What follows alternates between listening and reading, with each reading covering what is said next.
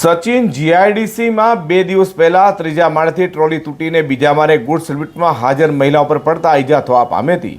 જોકે મહિલાનું સારવાર દરમિયાન આજે સવારે કરુણ મોત નિપજવા પામ્યું હતું।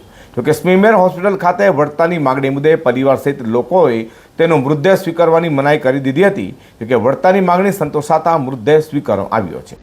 સુરતના સ્મીમેર હોસ્પિટલ ખાતેથી મળતી માહિતી મુજબ મૂળ બિહાર અને સચિનના પાલીગામમાં દેવનારાયણ સોસાયટીમાં 35 વર્ષીય ચંદ્રકલા દેવી શિવશંકર મહંતો પરિવાર સાથે રહેતી હતી। પરિવારમાં પતિ, 3 પુત્રી અને 1 પુત્ર છે। ચંદ્રકલા દેવી સચિન જીઆઈડીસીમાં રોડ નંબર 6 ઉપર આવેલા ડાયમંડ ઇન્ડસ્ટ્રીઝ સોસાયટીમાં આયુષી ટેક્સટાઇલ નામના ખાતામાં સફાઈ કામ કરતી હતી। ગત તારીખ 16મી જુલાઈના રોજ સવારે કંપનીમાં સફાઈ કરીને બીજા માળેથી કચરો ગુડ્સ લિફ્ટમાં મૂકી નીચે આવતી હતી। તે સમયે અચાનક ત્રીજા માળે સારથી ક્રેશન કંપનીની ટ્રોલી તૂટીને લિફ્ટમાં હાજર ચંદ્રકલા દેવી ઉપર પડતા ઈજા થવા પામી હતી। જેથી ચંદ્રકલા દેવીને સારવાર માટે કંપનીવાળાઓએ નવી સિવિલમાં ખસેડી હતી। જેથી બાદમાં ખાનગી હોસ્પિટલ અને પછી સ્મીમેર હોસ્પિટલમાં દાખલ કરવામાં આવી હતી। જ્યાં સારવાર દરમિયાન ચંદ્રકલા દેવીનું મોત નિપજવા પામ્યું હતું।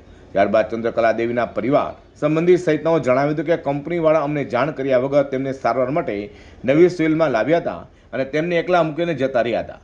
જોકે તેમના પરિવારને આર્થિક રીતે મદદ થાય તે માટે પરિવાર સહિતના કંપની પાસે વળતરની માંગણી કરી હતી અને જ્યાં સુધી વળતર ન મળે ત્યાં સુધી મૃતદેહ સ્વીકારવાનો ઇનકાર કર્યો હતો।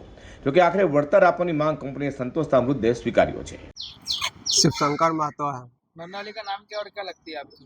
मेरा पत्नी है, उसका नाम इंद्रकला देवी है। उम्र? उम्र 45-50 में है। जिनके साथ क्या हुआ था? उनको साथ काम करने गए थे कंपनी में। काम कर करके जब निकल रहे थे तब बोला कि सेठ की से झाड़ू जो मारा है सो कचरा है उसको लिफ्ट पर रख करके और नीचे उतार कर उसको बाहर डाल देना है।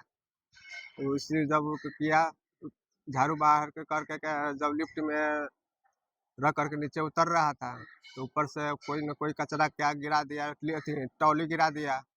उसमें दबा करके उसको सर फट गई, उस बेहोश में मर गया। फोन उठाकर उसको लाया, उसका भी है ना कोई आदमी देखा। ये कहाँ पर काम करती थी, क्या नाम है वहाँ पर? आयुषी टेक्सटाइल 6 नंबर में।